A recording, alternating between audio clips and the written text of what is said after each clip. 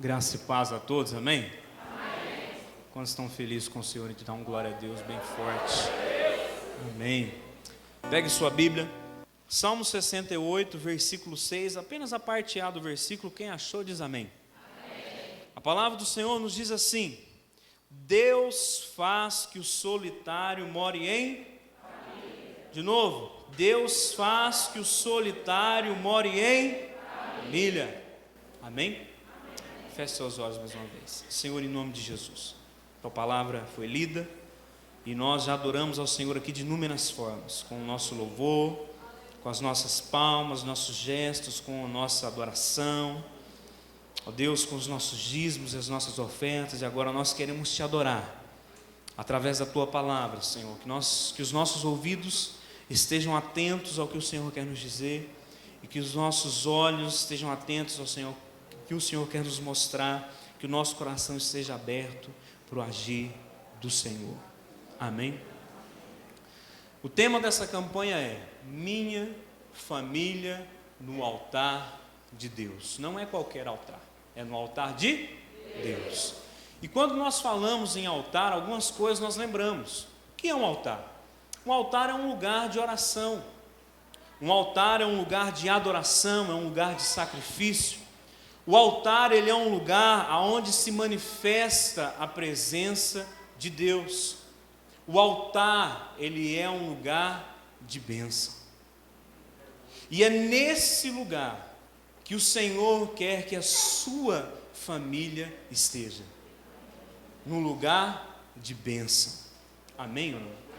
O Senhor quer que a minha família, quer que a sua família esteja em um lugar de bênção. E é sobre isso que nós vamos falar nessa noite. Bênçãos para a família. Deus tem bênçãos para a nossa família. Amém? Talvez seja você, da sua família, seja só você aqui nessa noite, mas Deus já tem o que Ele precisa. Amém? Ele tem você lá na sua família. E Deus tem bênçãos para entregar para a nossa família, estando ela toda na igreja ou estando só você aqui. Deus quer nos abençoar. E o altar de Deus é esse lugar onde nós devemos colocar a nossa família. Não é qualquer altar, é no altar de Deus. Eu não sei se você tinha parado para prestar atenção em qual lugar Deus está querendo que você coloque a sua família. No altar dele, num lugar de bênção. Só que, como disse a nossa irmã Lucimar aqui enquanto ministrava, existe um grande movimento maligno. Existe um grande movimento satânico do mundo espiritual para destruir a nossa família. Dentro da política, dentro dos projetos de leis que tem para se aprovar, nós vemos aí inúmeros ativistas por todos os lados querendo destruir a família. Nós temos hoje projetos para a legalização das drogas, nós temos projetos para a legalização do aborto, nós temos projetos para casamento de pessoas do mesmo sexo ou casamento homoafetivo. Nós temos inúmeras coisas rodando, circulando no nosso país que vão de encontro à nossa família, mas não para abençoar, para destruir. Existe algo por trás de tudo isso. E muitas vezes nós não nos atentamos, pastor Raimundo. Às vezes nós achamos que tudo isso é normal. Às vezes nós achamos que isso não tem nada a ver conosco. Às vezes nós olhamos tudo isso no cenário, né? Nós vemos lá no noticiário da TV, esses projetos. Nós vimos isso nos debates para a presidência agora, no último ano. E às vezes a gente fica achando que isso não tem nada a ver com a nossa família. Só que eu quero dizer para você que o grande projeto de Satanás é destruir, meu amado, a sua família. O grande projeto do diabo, o grande querer, o grande desejo do diabo é destruir tudo aquilo que o Senhor fez. E a família é a maior instituição criada por Deus. Você pode repetir isso comigo? A família é a maior instituição criada por Deus. E o diabo está tentando destruir isso, porque tudo que Deus faz, o diabo quer destruir. E às vezes nós nos calamos, e às vezes nós nos omitimos, e às vezes nós fingimos que não é conosco. Só que as coisas, meus amados, elas não só acontecem na família do vizinho. As coisas não só acontecem de mal na família dos outros, as coisas começam a acontecer também na nossa família. E tudo isso que está acontecendo vem de encontro para destruir a nossa família. E é por isso que nós estamos aqui durante esses 7 cultos, orando pela família, clamando pela família. Porque se tem alguém que não desistiu da família, se tem uma instituição que não desistiu da instituição família, é a igreja. A igreja do Senhor é a voz que clama no deserto em favor da família. Porque a maioria dos outros segmentos já desistiu. Falam que a família é uma instituição falida, já não acreditam mais no casamento, e por aí vai. E nós vamos nos acostumando com isso. E nós vamos nos sentindo bem com esse discurso. E aonde mora o perigo? Porque esse perigo ele entra dentro da nossa casa e quando nós vemos, já destruiu tudo o que tinha. Mas Deus te trouxe aqui nessa noite para você colocar a sua família no altar dele. Para que esse mal, para que esse movimento maligno não chegue até a sua casa. Você crê nisso? Você crê nisso? O papel do diabo sempre foi deturpar e destruir tudo que Deus criou. E ele se preocupa demais com a minha e com a sua família. O próprio Senhor Jesus se preocupou com a família. Quando falou de adultério, quando falou de divórcio. Existe uma cena que se você não leu até hoje, depois você vai ler, uma das últimas palavras, últimas coisas que Jesus fala antes, quando está preso na cruz, quando está ali pendurado naquela cruz, antes de morrer. Diante da cruz tem ali algumas pessoas, dentre essas pessoas tem Maria e João, o discípulo amado. E Jesus diz para Maria assim: mulher, eis aí o teu filho. E ele olha para João e diz para ele: eis aí a tua mãe. Com aquele ato, com essas palavras, Jesus entrega o cuidado da sua mãe para João. O que isso significa? Talvez você já tenha lido isso e nunca tenha percebido do que quer dizer isso. Algumas coisas nos ensinam naquele texto, pastor.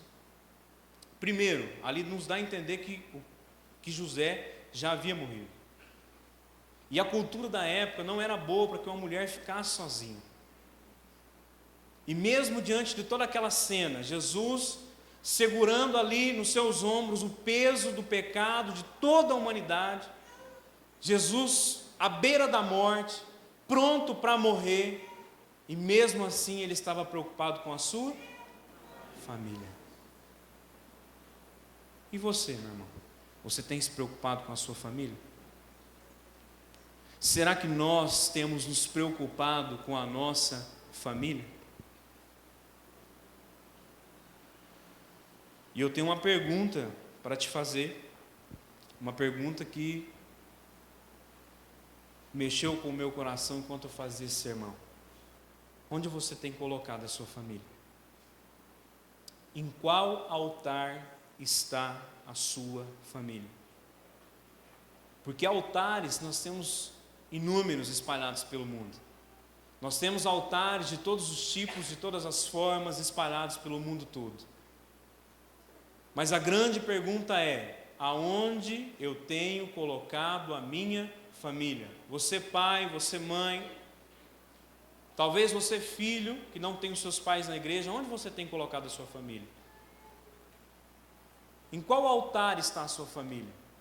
E é essa pergunta que tem que mexer conosco nessa noite. Porque o Senhor nos chama para colocar a nossa família no altar dele, no altar de Deus.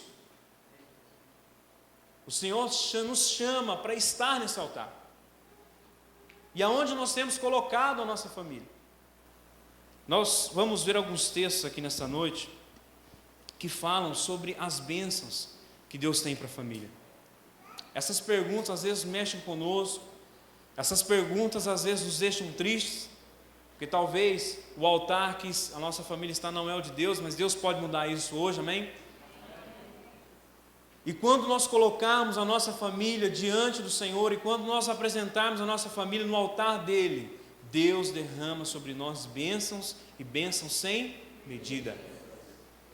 E a primeira bênção que Deus tem para nós, para a família que está diante do seu altar, a primeira bênção que Deus tem para a família que está no altar de Deus, está lá em Efésios 3, não precisa abrir, então já está aqui, Efésios capítulo 3, versículo 14, dá uma olhada no que diz esse versículo.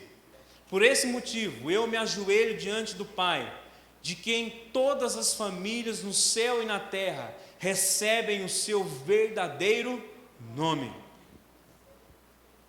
Posso ouvir um amém assim, glória a Deus? Amém. Vou ler de novo. Por esse motivo eu me ajoelho diante do Pai. Eu quem? O apóstolo Paulo. De quem todas as famílias no céu e na terra recebem o seu verdadeiro nome. Primeira bênção que nós recebemos quando a nossa família está no altar de Deus é a identificação com o Pai. Você fala, nossa, achei que era uma casa. Não, a casa pode vir também. Mas a primeira bênção que Deus nos dá é a identificação com o Pai. O que o texto diz aqui? De que em todas as famílias no céu e na terra recebem o seu verdadeiro nome. A sua família, quando está no altar de Deus, ela recebe o nome de quem? Do Senhor. Porque o filho, ele precisa se parecer com o pai. O filho, ele precisa se identificar com o pai. E às vezes a gente sabe de quem a pessoa é filho por causa do nome ou sobrenome. Às vezes você não conhece a pessoa, mas quando ela fala o sobrenome, fala assim, já sei de que família é. É ou não é assim? Por quê? Porque o nome, ele traz identificação. Ele identifica você. Ele diz a quem você pertence. E a primeira bênção que nós recebemos é identificação com o Pai. Qual Pai? O Pai celestial. Quando a nossa família está diante do altar de Deus, nós recebemos o nome do Pai celestial. E isso quer dizer que nós nos identificamos com Ele. Isso quer dizer que a nossa família se identifica com o Pai. Isso quer dizer que a nossa família pertence a Deus. A nossa família pertence a Deus. A sua família pertence a Deus. Identificação, nome. O Senhor dá o nome dEle para a sua família. E isso quer dizer que toda a sua família pertence a Ele. Só que identificação quer dizer também que precisa se parecer com Ele. E aí outras perguntas nos vêm. Será que o meu relacionamento como pai dentro da minha casa se parece com o relacionamento de Deus? Será que o meu papel como esposo, como casal, se identifica com o Pai Celestial? Será que o meu relacionamento com os filhos se identifica com o Pai Celestial? Isso acontece a partir do momento que a nossa família está no altar de Deus. Aí sim, nós pertencemos a Ele, nós nos identificamos com Ele. Quantos querem se identificar com o Pai aqui? A sua família se parece com o Pai Celestial? Olha, não parece, mas Deus pode mudar isso. Deus pode mudar a sua história. E lá no final eu vou contar o que Deus, mais uma vez vou contar o que Deus fez na minha família, assim como fez em muitas aqui. Mas a primeira bênção que Deus tem para nós é se identificar com Ele, se parecer com Ele, receber o nome dEle e pertencer a Ele. Você vai declarar pela fé que nessa noite, quando a gente for orar, que a sua família pertence a Ele. Olha, pastor, mas só tem eu da minha casa que não tem problema. O importante é que você declare, que você ore. O restante, meu amado, deixa que Deus faz. Quantos entenderam, digo amém.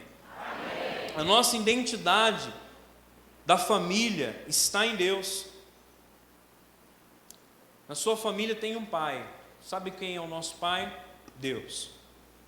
Lá na sua casa tem um marido. Sabe quem é o nosso marido? Nossa identidade como marido? O pai. Sabe quem é a mãe? Aquela que sustenta, aquela que cuida? O pai. É por isso que a nossa família se identifica com Deus. É por isso que a nossa família tem que se parecer com Ele. Mas aí continua. Pastor, tem mais bênção para a minha família? Quem quer mais bênção para a sua família? Tem mais bênção para a sua família. Olha o que diz aí, lá no a segunda bênção, lá em Mateus capítulo 7. Pode mudar? Mateus capítulo 7, versículo 24 e 25. Segunda bênção que Deus tem para aqueles que estão no seu altar. Todo aquele, pois, que ouve estas minhas palavras e as pratica, será comparado a um homem prudente que edificou a sua casa sobre a rocha. E caiu a chuva, e transbordaram os rios, e sopraram os ventos, e deram com ímpeto contra aquela casa, que não caiu, porque fora edificada sobre a rocha. A segunda bênção que Deus tem para a família, para aquela família que está no seu altar, é proteção e livramento. Proteção e livramento. A sua família precisa de proteção e a sua família precisa ser livrada.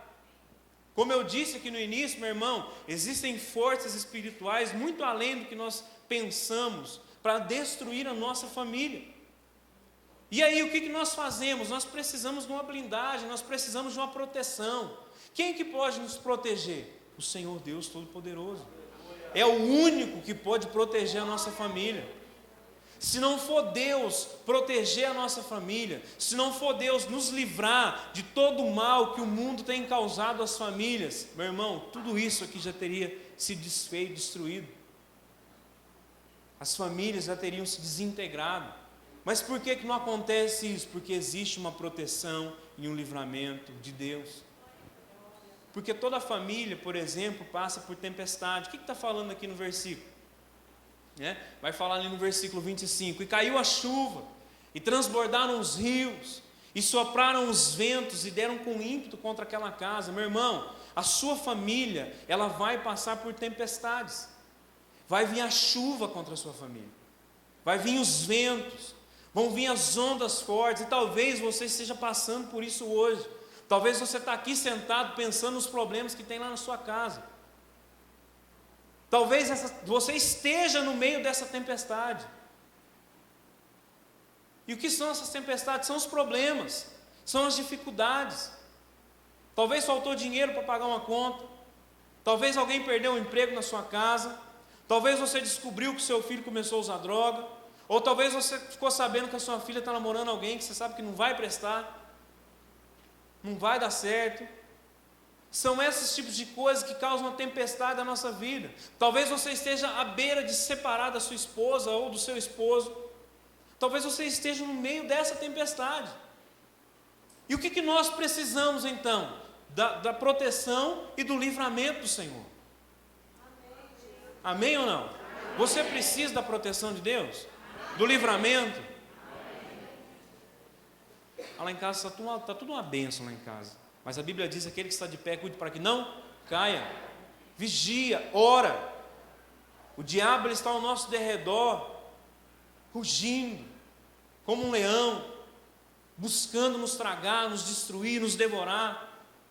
Se está tudo uma bênção, cuidado para não dar nenhuma brecha, porque se você der, o leão pode pular lá dentro e acabar com tudo. Então nós precisamos da proteção e do livramento do Senhor. Talvez é por isso que a sua família esteja passando pelas tempestades. E se sua família está passando por tempestade, ou já passou, ou vai passar, toda família passa por isso. E toda família então precisa ter um fundamento sólido. Um sólido fundamento. Olha o que diz aqui, versículo 24. Diz assim: o homem prudente é aquele que constrói a sua casa sobre a rocha. Toda família passa por tempestade. Todas vão passar. Não existe família perfeita. Família perfeita é aquelas de comerciais. Não tem problema, todo mundo sorrindo, sempre. Mas a família normal, a família verdadeira vai passar por tempestade. Mas você sabe qual que é a grande diferença? É como é o fundamento dessa família.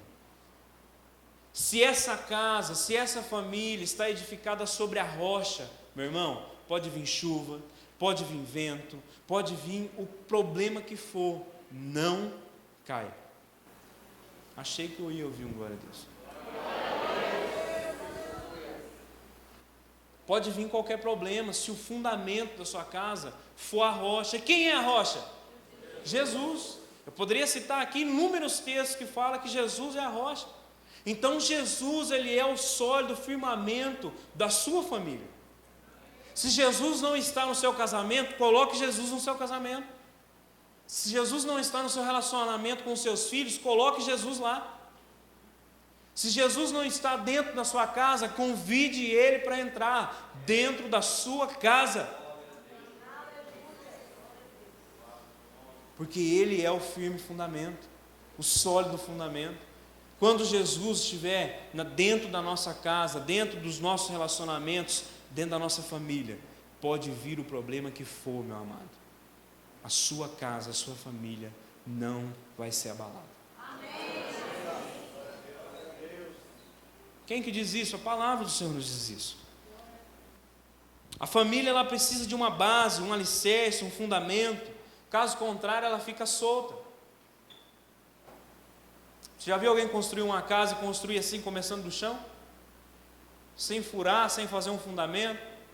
Já viu alguém fazer isso? Não, você não viu, porque todos que fizeram isso caíram, né? Porque não se faz assim, não se constrói assim. Com a nossa vida, com a nossa família da mesma maneira. O fundamento, ele precisa ser firme, é o mais importante. E aí quando a gente não faz isso, quando Jesus não é o fundamento da nossa família, vem os divórcios, vem as separações, vem a violência, vem o abandono de crianças, vem a exploração infantil, sexual infantil, que a gente vê tantos casos de pai abusando de filha, de enteada, de tanta coisa. Se Jesus não é o firme fundamento da sua casa, da sua família, convide ele para ser nessa noite. Essa campanha aqui, Minha Família no Altar, só vai funcionar na sua vida o dia que Jesus estiver presente lá. Se Jesus estiver presente na sua família, vai mudar. Mas se Jesus não for o firme fundamento, meu irmão, você vai vir aqui 7 cultos, e você vai embora, e nada vai acontecer, e nada vai mudar na sua vida. Convide ele, para que você tenha essa bênção. Quando Jesus é, então, esse firme fundamento, apesar das tempestades, ela não cai, sua casa não cai, sua família não cai, e se mantém de pé. Então toda família, ela passa por tempestade. Então toda família precisa de um sólido firmamento. Mas existe mais um segredo contido nesse texto. Mais um segredo da vitória para a sua família. Olha o que diz ali. Lá no começo ali, ó. Todo aquele, pois, que ouve estas minhas palavras e as pratica. Olha o segredo da vitória na minha família. Ouvir a palavra de Deus e praticar. Quantas palavras abençoadas nós já ouvimos até aqui sobre família? Pastor Antônio já pregou, pastor Suelo domingo pregou. Quantas coisas boas, quantos conselhos bons. Só que se entrar no ouvido e sair no outro, sabe o que vai mudar? Nada. A própria Bíblia diz que não é para a gente ser só ouvinte, mas sim praticantes. A gente precisa trazer a Bíblia de volta para dentro dos nossos lares. Porque talvez a Bíblia está lá em cima do rack, às vezes a Bíblia está em cima da estante, às vezes a Bíblia está no quarto, está na cozinha, está no banheiro, está no celular, mas a Bíblia não está aqui. Às vezes a gente tem a Bíblia lá como enfeite. Meu irmão, a Bíblia só de enfeite, ela não tem poder nenhum. Aliás, tem um poder, que é juntar poeira. Só. Você precisa ler essa palavra na sua casa. E você precisa colocar em prática isso na sua vida. E quando isso ser feito, isso for feito, as coisas começam a mudar. O segredo da vitória é esse. Porque problema todo mundo tem. Não pense que a sua família é a única que tem problema. A diferença é o firme fundamento. E o segredo é a palavra de Deus. Você ouvir e praticar. E então nós colocamos a nossa família no altar de Deus. E Deus nos dá proteção e livramento. A sua família precisa de proteção. Porque haverá pessoas querendo destruir o seu casamento. Haverá pessoas querendo levar os seus filhos para caminhos onde você vai se arrepender amargamente. Haverá pessoas que talvez vão querer o seu emprego. E isso desestrutura uma família. E aí? Como que eu me protejo disso? A Bíblia diz que a nossa luta ela não é contra a carne nem sangue, mas contra principados e potestades dominadores deste mundo, contra forças espirituais do mal. A nossa luta, meu amado, não é contra a pessoa que está do seu lado. A nossa luta não é contra a carne ou o sangue. A luta da nossa família não é contra a carne ou o sangue, mas contra forças espirituais do mal. E por isso a gente só vence com a proteção e o livramento de Deus. Então, primeira bênção que eu falei aqui. Primeira bênção que Deus tem para a família que está no seu altar. Identificação com o Pai. Segundo, proteção e livramento. Terceiro, pode mudar.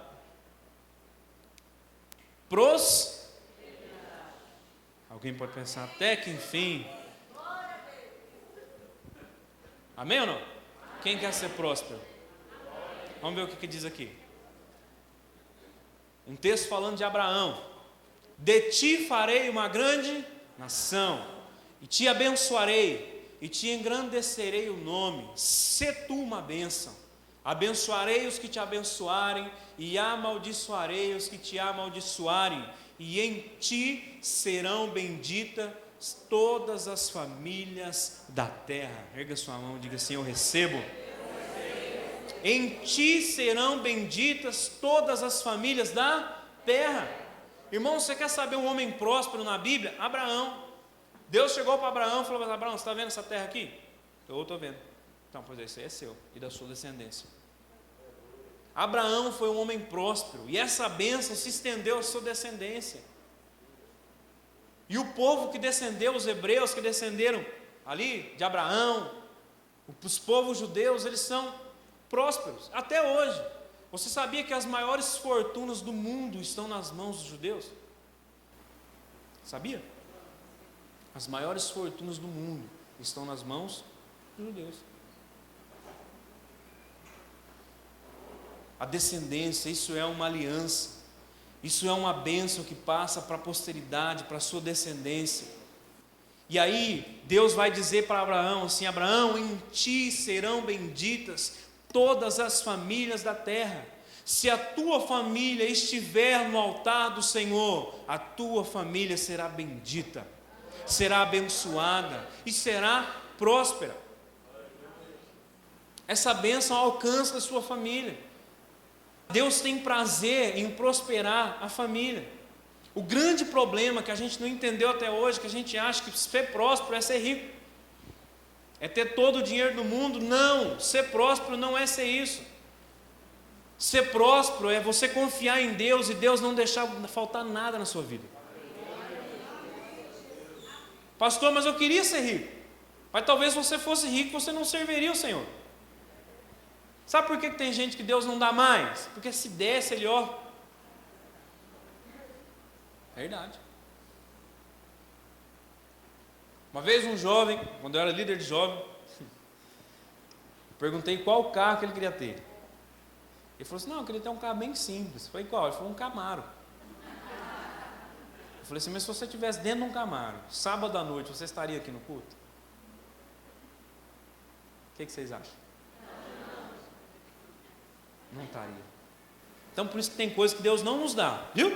Tem coisas que Deus não nos dá, porque Deus não nos dá nada que nos afaste dele.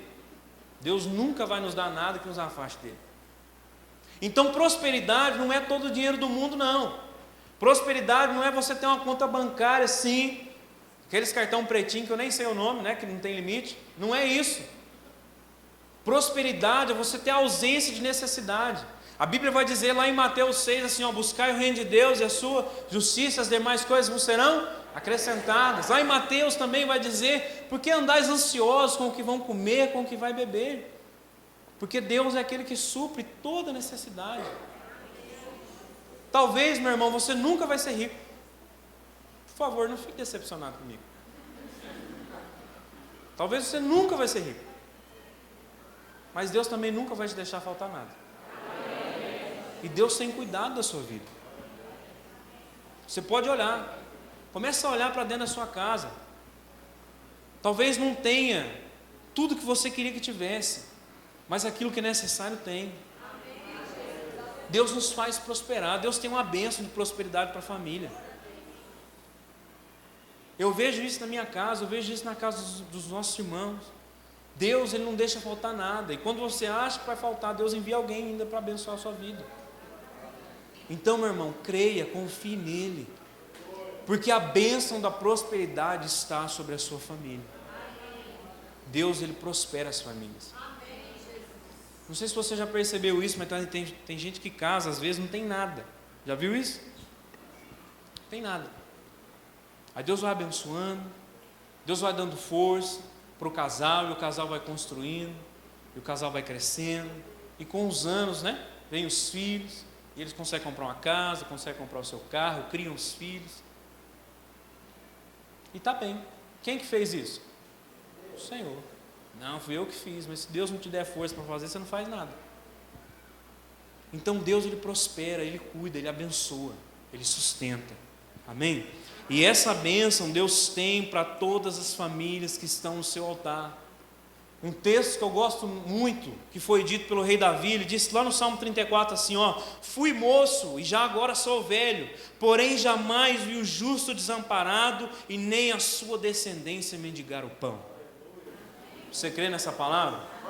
Nunca vi o justo desamparado e nem a sua descendência mendigar o pão.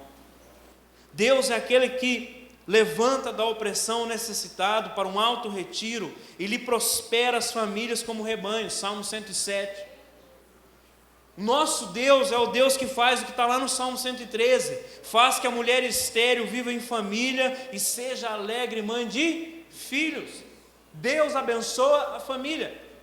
Então ore pela sua família, coloque a sua família no altar de Deus, porque Deus quer te abençoar. E talvez falta isso de nós, colocar a nossa família no lugar certo. Por isso que eu perguntei lá no início: aonde está a nossa família? Coloque ela no altar do Senhor.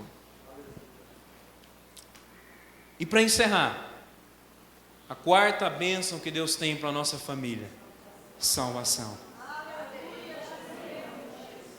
Quantos aqui tem alguém na família que precisa ser salvo?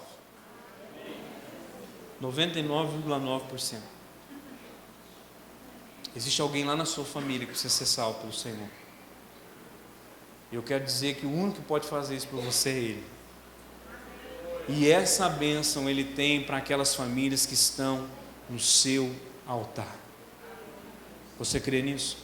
Olha o que diz essa palavra aqui: crê no Senhor Jesus e serás salvo, tu e a tua casa. Paulo e Silas estavam presos.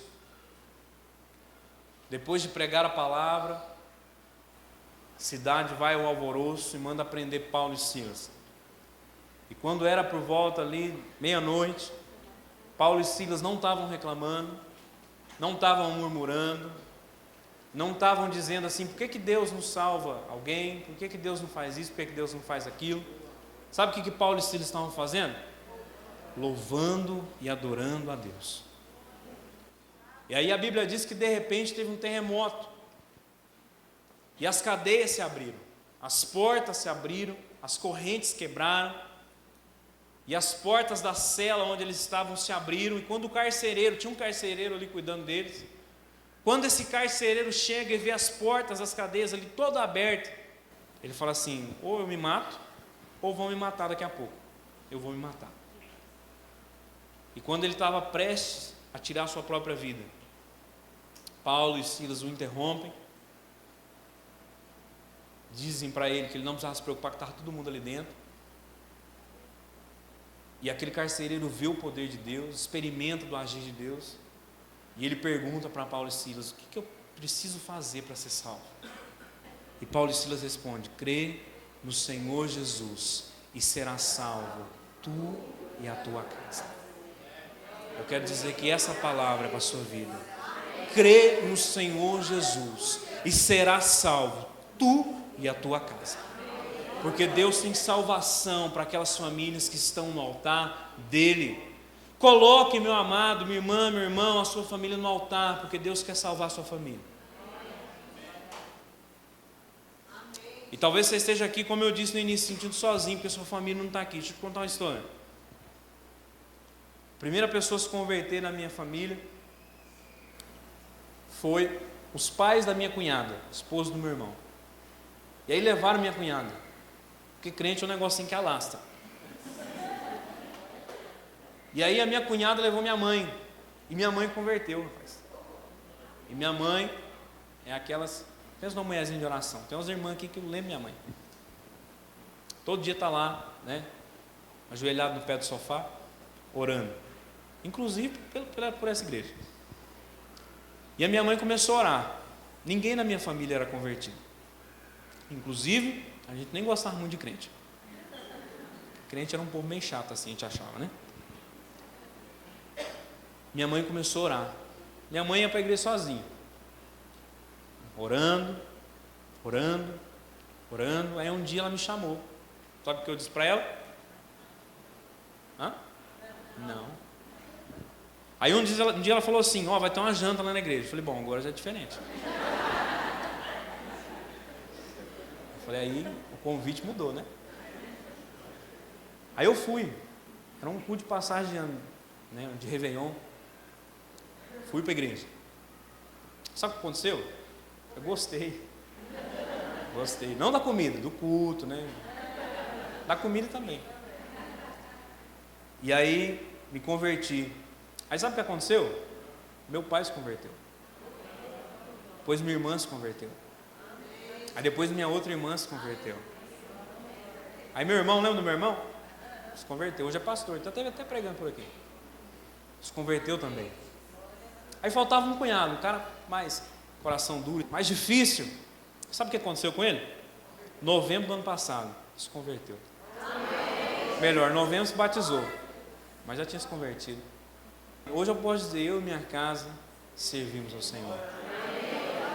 Mas começou com quantas pessoas? Uma. É por isso que diz aqui: crê no Senhor Jesus, será salvo tu e a tua casa. Deus precisa de você lá dentro.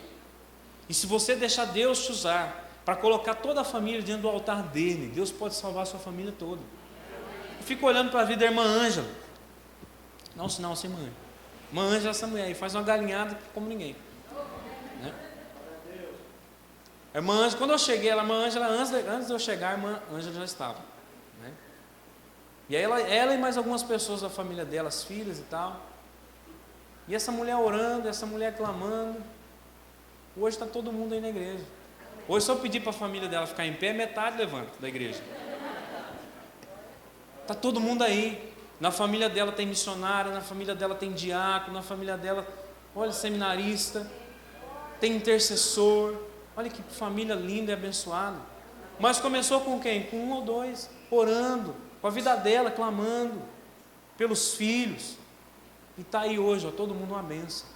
Então, meu irmão, quando a sua família, a minha família estiverem no altar de Deus, Deus tem uma bênção chamada salvação.